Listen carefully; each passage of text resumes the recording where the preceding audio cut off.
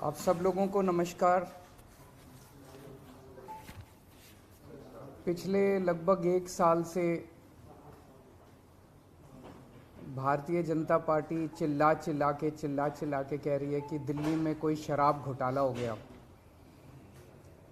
और देश की जो जो भी सबसे बड़ी से बड़ी जांच एजेंसियां हैं वो अपना सारा काम धंधा छोड़ के इस शराब घोटाले की जांच में लगी हुई हैं।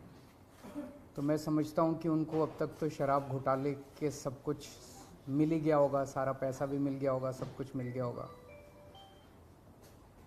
तो पहले 2-3 मिनट में इसी पे चर्चा करना चाहूँगा कि शराब घोटाले में जांच एजेंसियां कैसी जांच कर रही है, क्या मिला अभी तक। इसमें मनीष सिसोदिया जी जो कि फाइनेंस मिनिस्टर थे, डिप्टी चीफ मिनिस्टर थे, उनके ऊपर सबसे बड़ा आरोप ईडी ने और सीबीआई ने लगाया है कि मनीष सिसोदिया जी ने अपने 14 फोन तोड़ दिए। तो इन्होंने सबूत खत्म करने की कोशिश की। ये सारी जांच वांच करने के बाद इन एजेंसीज ने मनीष सिसोदिया पे आरोप लगाया कि 14 फोन तोड़ दिए। ये ईडी की चार्जशीट है, ईडी का डॉक्यूमेंट है ये, जिसमें इन्होंने ये 14 फ़ोन का IMEI नंबर लिखा हुआ है कि ये वो 14 फ़ोन है जो मनीष सिसोदिया के थे और जो मनीष सिसोदिया ने इन फ़ोनों को डिस्ट्रक्ट कर दिया। ये ईडी के डॉक्यूमेंट में है। इसी के बाद ईडी की सीजर मेमो है। ईडी कुछ भी सीज करता है तो उसको मेमो, इन 14 में से ईडी खुद ही कह रही है सीजर मेमो कि 4 फोन हमारे पास हैं। ये इनका सीजर मेमो है, इंपाउंडिंग ऑर्डर 18 मार्च 2023 का और इंपाउंडिंग ऑर्डर 5 जनवरी 2023 का। 4 फोन उसमें से इनके पास हैं और एक सीबीआई का ये डॉक्यूमेंट है, एक फोन सीबीआई के पास है। तो 14 में से 5 फोन तो इनके अपने पास ही हैं जो कह रहे हैं कि मनीष सिसोदिया ने तोड़ दिए। उन 14 में से 5 फोन ईडी और सीबीआई के कब्जे में हैं, बाकी 9 फोन। तो जब इन्होंने ये आरोप लगाया, हम तो छोटे लोग हैं, हमारे पास इतने साधन नहीं थे, लेकिन फिर भी अपने सीमित साधनों से पिछले महीने 1.5 महीने में हमने भी थोड़ी जांच करी तो पता चला बाकी मोस्टली फ़ोन, एक आध को छोड़ के वो भी पता चल जाएगा का, मोस्टली फ़ोन जिंदा हैं, कोई ना कोई इस्तेमाल कर रहा है। और उन फ़ोन को कोई वॉलंटियर के पास है, कोई कहीं है, कोई कहीं है, कोई ना कोई इस्तेमाल कर रहा है। वो मनीष जी के फ़ोन नहीं है, वो कोई ना कोई इस्तेमाल कर रहा है। वो फ़ोन जिंदा हैं और ये फैक्ट कि ये फ़ोन जिंदा हैं ये ईडी को भी पता है और ये सीबीआई को भी पता है। सो ईडी ने और सीबीआई ने झूठ बोल के ओथ पे, एफिडेविट पे कोर्ट को गुमराह किया और झूठा सबूत उन्होंने कोर्ट के सामने पेश किया, क्योंकि सच तो कुछ मिला नहीं, कुछ था ही नहीं, शराब घोटाला कुछ है ही नहीं, तो निकाले क्या। तो उन्होंने झूठ बोल के मनीष सिसोदिया को फंसाने की कोशिश की, कोर्ट को झूठ बोला। अब ये रोज किसी ना किसी को पकड़ लेते हैं, किसी ना इसको गिरफ्तार कर लिया, उसको गिरफ्तार कर लिया, ये कर लिया। एक कोई चंदन रे, और उनको टॉर्चर कर करके, धमकियां दे दे के, मेंटली टॉर्चर करके, फिजिकली टॉर्चर करके, 3rd डिग्री करके उनसे केजरीवाल का नाम ले लो, मनीष सिसोदिया का नाम ले लो, इनको फंसाओ, उनको किया जा रहा है। कोई चंदन रेड्डी है, हम तो जानते भी नहीं है कौन है। चंदन रेड्डी को इतना मारा, ये उसकी मेडिकल रिपोर्ट है। चंदन रेड्डी की मेडिकल रिपोर्ट में लिखा है, patient has alleged trauma to both ears and face by ED officers on 16 सितंबर 2022 एंड 17 सितंबर 2022। पेशेंट ने दोनों कानों पे और फेस पे ईडी ऑफिसर्स के द्वारा पिटाई हुई 16 सितंबर और 17 सितंबर को, ऐसा कहा। पेशेंट कंप्लेनिंग ऑफ, ये है कि सुनाई नहीं दे रहा, और jaw pain on opening mouth. और इन्वेस्टिगेशन पे पता चला right ear mild to moderate mixed hearing loss, left ear severe to profound mixed hearing loss. उसके कान के पर्दे फट गए, उसको सुनाई नहीं दे रहा। ऐसा चंदन रेड्डी से ईडी क्या उगलवाने की कोशिश कर रही थी? उसको क्या कहने का दबाव डाला जा रहा था कि उसकी इतनी पिटाई करी कि उसके कान के पर्दे फट गए? उसको किस कागज पे दस्तखत करने के लिए कहा जा रहा था? और उसने झूठ बोलने से मना कर दिया तो उसकी पिटाई की उन्होंने। इसके बाद अरुण पिल्लई हैं कोई, उनको धमकियां दी गई, टॉर्चर किया गया, उन्होंने अपना बयान वापस ले लिया अगले दिन। उस दिन तो उनसे कुछ लिखवा लिया, कहीं साइन करा लिया, लेकिन उसके 2-4 दिन बाद उन्होंने कोर्ट में बयान दिया कि मुझे टॉर्चर करके बयान लिया गया। समीर महेंद्रू से टॉर्चर करके बयान लिया गया, उन्होंने अपना बयान वापस ले लिया। मनस्विनी से टॉर्चर करके बयान लिया गया, उन्होंने अपना बयान वापस ले लिया। भूषण बेलगवी से टॉर्चर करके, ये 5 नाम तो मेरे पास ही हैं, पता नहीं ऐसे कितने लोग हैं जिन लोगों को टॉर्चर कर करके बयान लिए गए। ये हो क्या रहा है? एक के बाद एक, एक के बाद एक, एक के बाद एक, जितने लोगों को ये बुला रहे हैं सबको मारते हैं, पीटते हैं, टॉर्चर करते हैं। एक ऐसा व्यक्ति है जिसे एक कमरे में उस व्यक्ति को बिठा रखा था, दूसरे कमरे में उसकी वाइफ को और उसके पिताजी को बिठा लिया, और उसको बोलते हैं कि या तो इस कागज पे साइन कर दे, नहीं तो तेरी पत्नी को और तेरे पिताजी को भी जेल भेज रहे हैं। ये चल क्या रहा है? मैं प्रधानमंत्री जी से पूछना चाहता हूं, ये चल क्या रहा है? जहां कोई घोटाला नहीं हुआ वहां पे कोशिश की जा रही है जबरदस्ती करके, लोगों से जबरदस्ती करके, मार के, पीट के, धमकियां दे के बयान लिखवाने की। एक व्यक्ति है, उससे कहा गया कि कल देखते हैं तेरी बेटी, उसकी 2 जवान बेटियां हैं, कल देखते हैं तेरी बेटी कॉलेज कैसे पहुंचती है। ये जांच चल रही है इन लोगों के।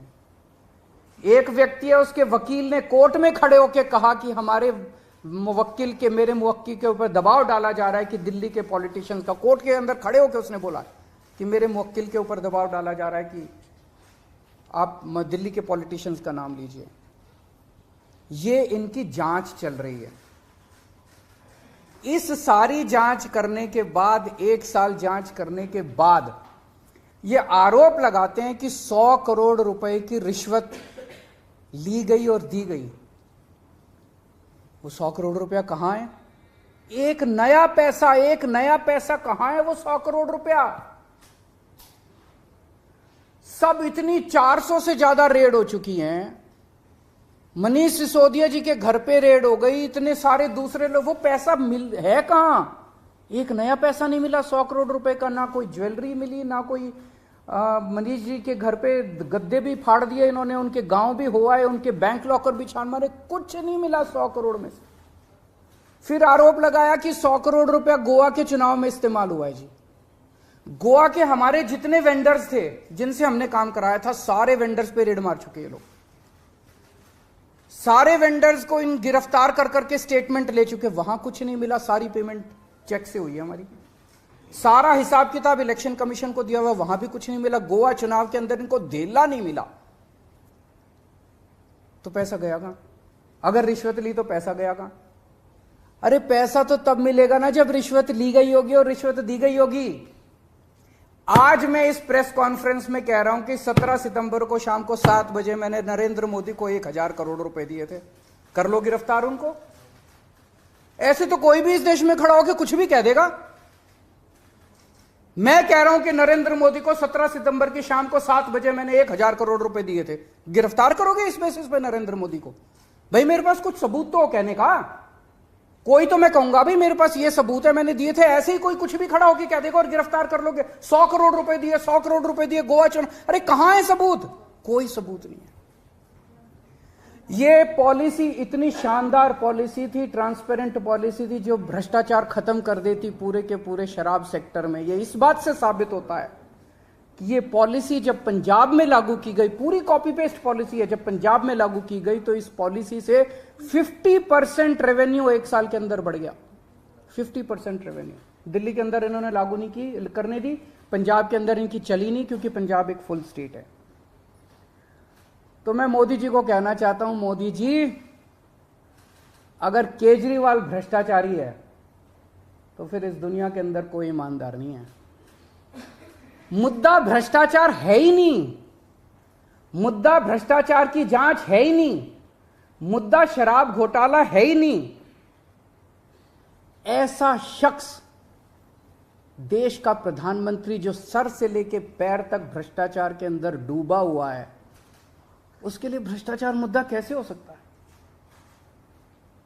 पिछले मार्च के आखिरी हफ्ते के अंदर मैंने इतने सारे असेंबली के अंदर इतने सारे गिनाए थे भ्रष्टाचार जो इन्होंने किए हैं, इतने भ्रष्टाचार गिनाए थे। इन्होंने तो मेरे को तभी कह दिया था उस दिन, जिस दिन असेंबली में मैंने स्पीच दी थी, शाम को संजय सिंह का मैसेज आया कि अरविंद जी अब अगला नंबर आपका है। कल सत्यपाल मलिक जी ने एक इंटरव्यू दिया, मैं वो सुन रहा था। सत्यपाल मलिक जी ने कहा मोदी जी को भ्रष्टाचार से कोई परहेज नहीं है। ये मैं तो नहीं कह रहा हूं, ये तो उनके अपने गवर्नर कह रहे हैं। सत्यपाल मलिक जी कौन है? सत्यपाल मलिक जी मोदी जी के बहुत खास लोगों में गिने जाते थे। पहले उन्हें जम्मू कश्मीर का गवर्नर बनाया, फिर उन्हें गोवा का गवर्नर बनाया, फिर उन्हें मेघालय का गवर्नर बनाया। उन्होंने कहा कि मेरे जो इंटरेक्शन हुए मोदी जी के साथ, उसमें पता चला है कि मोदी जी को भ्रष्टाचार से किसी तरह का परहेज नहीं है। उसी इंटरव्यू में उन्होंने कहा कि इन लोगों के कुछ मुख्यमंत्री हैं जो भ्रष्टाचार करते हैं, खूब पैसे इकट्ठे करते हैं, लेकिन वो सारा पैसा मुख्यमंत्री अपने पास नहीं रखते, वो पैसा ऊपर भेजते हैं और वहां से वो पैसा उनकी दोस्त की कंपनियों के अंदर इन्वेस्ट होता है। मैंने भी तो इसी तरह का कुछ कहा था अपने उसमें। तो चलो मेरी बात तो नहीं मानी, अब तो गवर्नर इनके अपने गवर्नर कह रहे हैं। तो ऐसा व्यक्ति जो इतना भ्रष्टाचार कर रहा है, उसके लिए भ्रष्टाचार मुद्दा हो ही नहीं सकता। उनके लिए भ्रष्टाचार मुद्दा थोड़ी है। तो फिर ये आम आदमी पार्टी के पीछे क्यों पड़े हैं? 75 साल के भारत के इतिहास में किसी एक पार्टी को इतनी बुरी तरह से टारगेट नहीं किया गया जिस तरह से आम आदमी पार्टी को ये लोग टारगेट कर रहे हैं। नंबर 2 को गिरफ्तार कर लिया, नंबर 3 को गिरफ्तार कर लिया, और उनको गिरफ्तार करने का तो मकसद इनका यही था कि मेरी गर्दन तक पहुंचना। तो अब ये मेरे पीछे पड़े हैं, मुझ तक पहुंचने की कोशिश कर रहे हैं। किसी पार्टी को इस तरह से नहीं टारगेट किया गया जिस तरह से आम आदमी पार्टी को टारगेट किया गया। उसका एक कारण है, वो कारण है कि 75 साल के बाद आम आदमी पार्टी ने इस देश को एक ऐसी उम्मीद दी है जो कि कोई पार्टी नहीं दे पाई। गुजरात के अंदर 30 साल से बीजेपी की सरकार है, उसमें 12 साल प्रधानमंत्री मोदी जी खुद वहां पे मुख्यमंत्री रहे। 30 साल के अंदर ये एक सरकारी स्कूल ठीक नहीं कर पाए, एक भी सरकारी स्कूल ठीक नहीं कर पाए। जब मोदी जी को फोटो खिंचवाने के लिए सरकारी स्कूल में जाना था तो एक टेम्पोरेरी क्लास, एक टेंट के अंदर टेम्पोरेरी क्लास बनानी पड़ी इनको फोटो खिंचवाने के लिए। फोटो खिंचवाने लायक सरकारी स्कूल भी नहीं बना पाए। और 5 साल के अंदर दिल्ली के हमने सारे सरकारी स्कूलों का कायाकल्प कर दिया। 5 साल के अंदर हमने सारे सरकारी स्कूल ठीक कर दिए। इस देश के लोगों को आम आदमी पार्टी ने एक उम्मीद दी है कि केवल आम आदमी पार्टी उनकी गरीबी दूर कर सकती है, उनको शिक्षित कर सकती है, उनके बच्चों को रोजगार दे सकती है। आम आदमी पार्टी ने इस देश के लोगों को उम्मीद दी है। प्रधानमंत्री जी उस उम्मीद को कुचलना चाहते हैं। प्रधानमंत्री जी नहीं चाहते कि वो उम्मीद आगे बढ़े, क्योंकि अभी तक इन सारी पार्टियों को की मिलके जो लूट चल रही थी, अगर इनको स्कूल बनवाने पड़ गए, इनको अस्पताल बनवाने पड़ गए, तो उनको लूटने के लिए पैसे नहीं बचेगा। तो कल इन्होंने मेरे को बुलाया है, मैं जाऊंगा कल सीबीआई में, और मैं फिर से अंत में यही कहना चाहता हूं कि प्रधानमंत्री जी, अगर केजरीवाल चोर है, केजरीवाल भ्रष्टाचारी है, तो इस दुनिया में कोई ईमानदार नहीं है। सर, क्या आपको आशंका है कि कल जब आप पूछताछ में जाएंगे तो गिरफ्तारी हो सकती है आपकी? संडे का दिन है, जैसे मनीष जी को अरेस्ट किया था, आप नहीं कर सकते? भाई ये बीजेपी वाले तो मैं कल से देख रहा हूँ प्रेस कॉन्फ्रेंस कर करके यही कह रहे हैं कि केजरीवाल को गिरफ्तार करेंगे। तो अगर बीजेपी ने सीबीआई को ऑर्डर दे दिए हैं कि गिरफ्तार करना है, तो फिर सीबीआई उसको नकार कैसे सकती है? बीजेपी के ऑर्डर तो मानेंगे वो लोग। Thank you.